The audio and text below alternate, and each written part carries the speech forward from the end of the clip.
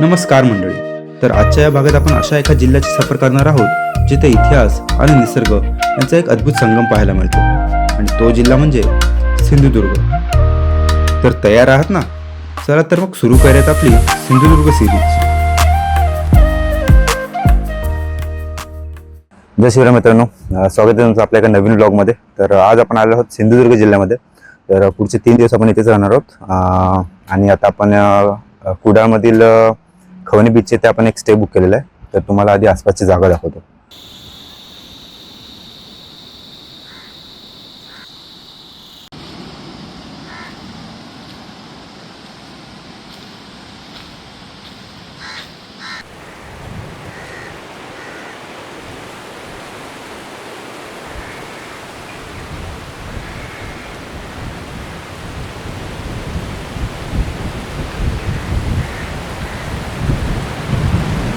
तर मित्रांनो, आता आपण चाललो आहोत कायकिंग करण्यासाठी. हा आमच्या सर्वांचा हा पहिलाच अनुभव असणार आहे कायकिंगचा. तर पाहूयात कशी मजा येते. सर्वांचाच पहिला अनुभव आहे. So let's see. मित्रांनो, जर तुम्हाला वाटत असेल की कायकिंग फक्त समुद्रातच होते तर थांबा. सिंधुदुर्गच्या खवणे बॅकवॉटर्समध्ये कायकिंग करण्याचा अनुभव सध्या पर्यटकांच्या पसंतीस उतरतोय. बॅकवॉटर्सचं संत पाणी आणि दोन्ही बाजूंनी असलेलं घनदाट मँग्रोव्हचं जंगल. निसर्गप्रेमींसाठी ही जागा म्हणजे एक पर्वणीच आहे. म्हणून सध्या हे ठिकाण सिंधुदुर्गातील मोस्ट फेमस कायकिंग स्पॉट बनलं आहे.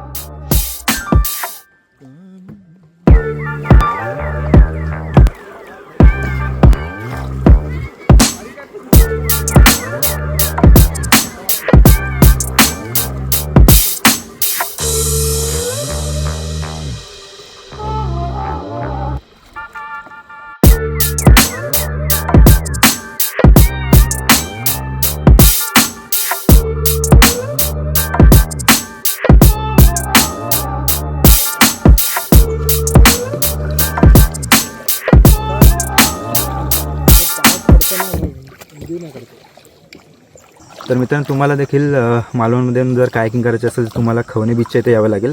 आणि इथे तर तसे बरेच ऑर्गनायझर्स आहेत जे कायकिंग तुम्हाला अरेंज करून देतील. आम्ही आलो आहोत ओवी कायकर्स यांच्या थ्रू. तर मी तुम्हाला त्यांचा नंबर देईन डिस्क्रिप्शनमध्ये. तुम्ही यांना कॉन्टॅक्ट करू शकता. सर्व्हिस खूप चांगली आहे. इथं कायकिंगसाठी या. आणि इथल्या जे मँग्रोव्ज आहेत, इथला म्हणजे परिसर खूप सुंदर आहे. तर तुम्हाला नक्की आवडेल. तर मित्रांनो, आपली कायकिंग करून झालेली आहे आणि आपण आपल्या परत स्टेच्या इथे आलेलो. मागे पाहू शकता ही लायटिंग केलेली आहे, तोच आपला स्टे आहे. आणि त्याच्या एक्झॅक्ट समोर आपला समुद्र आहे, बीच आहे, एकदम क्लीन बीच आहे. खवणे बीचच्या इथे आम्ही थांबलेलो आहोत. तर आता अंधार झालेला आहे. आम्ही थोडंफार जेवून इथे राऊंड मारून मग आज लवकर झोपू आणि उद्या मग परत पूर्ण दिवस फिरायला जाऊ. पाहूयात उद्या किती लोकेशन्स आपल्याला कवर करता येतात.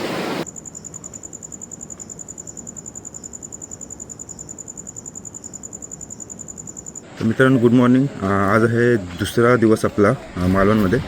तर आपल्या हॉटेलच्या रूमच्या बाहेरच रापण चालू आहे. मी तुम्हाला दाखवत होते काय असते.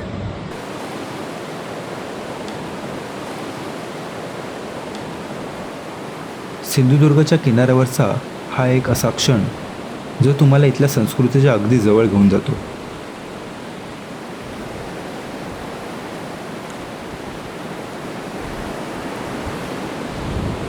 समोर जे तुम्ही पाहताय ती आहे कोकणची अस्सल ओळख म्हणजे रापण मासेमारी.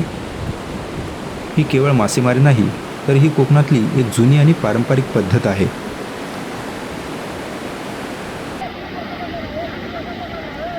यात गावातली मंडळी एकत्र येतात, एकीचे बळ दाखवतात आणि समुद्रात टाकलेलं हे प्रचंड मोठं जाळं आपल्या हाताने ओढून किनाऱ्यावरती आणतात.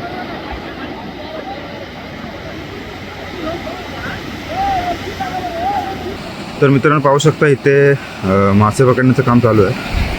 तर आपण ही पद्धत इथे आपल्या तळ कोकणातच पाहायला मिळते, जिथे हा असं मोठा जाळा टाकून समुद्रामध्ये मग नंतर असं बाहेर खेचला जातो माणसांच्या मदतीने. मग त्याच्यामध्ये अनेक असे छोटे मोठे मासे अडकले जातात. ते आपण पाहू थोड्या वेळात.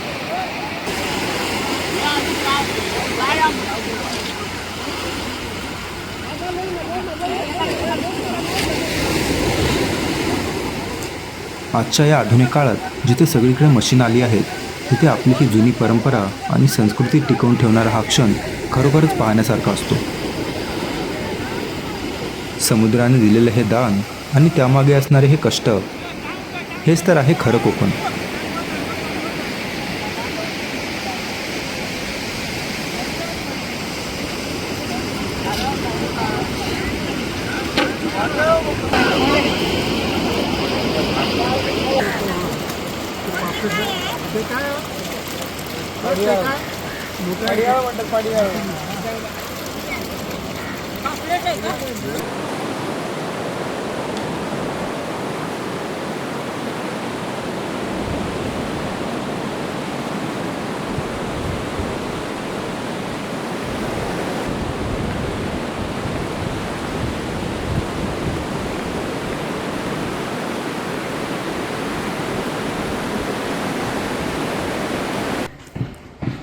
मित्रांनो, आपण आता लंचसाठी एका गावकऱ्याच्याच घरी चाललेलो आहे. इथे गावातले लोक आपल्याला जेवणाची सोय करून देतात.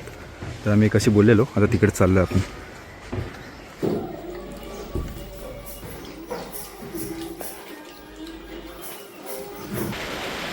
अस्सल कोकणी जेवणाचा आस्वाद घेऊन आता आम्ही निघालो आहोत आमच्या पुढच्या डेस्टिनेशनसाठी.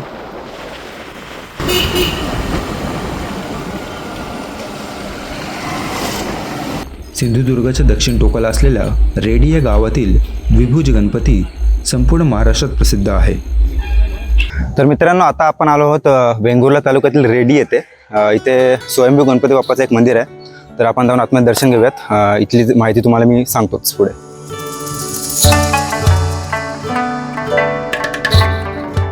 सदानंद कांबळे नावाच्या स्थानिक गावकऱ्याला पडलेल्या स्वप्नातील दृष्टांतानुसार एका खाणीत उत्खनन सुरू केलं आणि 1 मे 1976 रोजी 6 फूट उंच आणि 4 फूट रुंद अशी सुंदर आणि मनमोहक गणेश मूर्ती सापडली. बाप्पाच्या या दर्शनाने प्रवासाचा सगळा थकवा कुठल्या कुठे पळून जातो.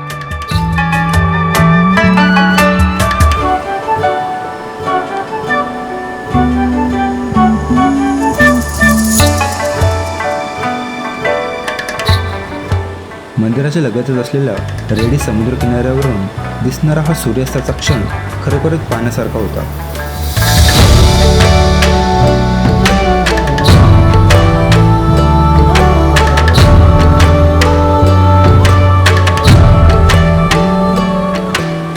पुढच्या लोकेशनच्या दिशेने जात असताना वाटेतच लागलेल्या या देखण्या देवीच्या मंदिरानं आमचं लक्ष वेधून घेतलं आणि आम्ही तिथे थांबलो. खरंच सिंधुदुर्गातील मंदिराचं नक्षीकाम हे काही औरच असतं.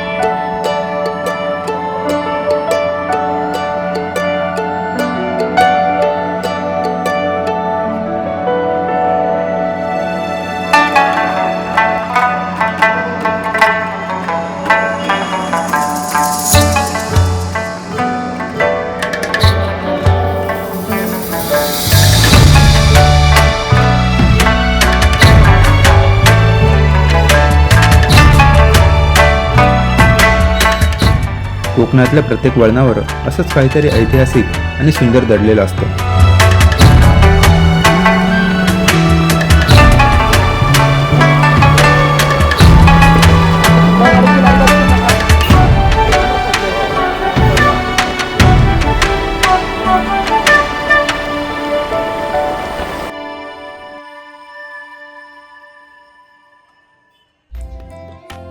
आता आम्ही पोहोचलो आहोत आरवली गावामध्ये. कोकणचा राजा म्हणून ओळखल्या जाणाऱ्या श्री देव वेतोबाच्या दरबारी. वेतोबा हे इथल्या ग्रामस्थांचे रक्षण करते आणि जागृत दैवत मानले जातं. या मंदिराचा इतिहास आणि इथली श्रद्धा खूपच आगळी वेगळी आहे. वेतोबाची ही भव्य मूर्ती पंचधातूची असून ती अतिशय उग्र पण तितकीच प्रसन्न वाटते. असं म्हटलं जातं की वेतोबा रात्रीच्या वेळी आपल्या भक्तांच्या आणि गावच्या रक्षणासाठी हातात काठी घेऊन आरवलीच्या शिवारात फिरतात. म्हणूनच त्यांना नवस म्हणून चामड्याच्या चपला अर्पण केले जातात. आणि विशेष म्हणजे काही काळानंतर या अर्पण केलेल्या नवीन चपलांचे तळवे झिजलेले दिसतात, अशी या भक्तांची गाढ श्रद्धा आहे. कोकणचा हा प्रवास इथली संस्कृती आणि ही सुंदर मंदिर पाहून मन तृप्त झालं. पुढच्या भागात आपण जाणार आहोत सध्याच्या सर्वात व्हायरल स्पॉट असलेल्या निवती लाईट हाऊसकडे आणि त्यानंतर आपण भेट देणार आहोत दक्षिण काशी म्हणून ओळखलं जाणाऱ्या कुणकेश्वर मंदिराला. त्यामुळे पुढचा भाग मिस करू नका. हा व्हिडिओ आवडला असेल तर लाईक आणि शेअर करा आणि आपल्या चॅनलला नक्की सबस्क्राईब करा. भेटूया पुढच्या भागात. तोपर्यंत पाहत राहा VS ट्रेल्स.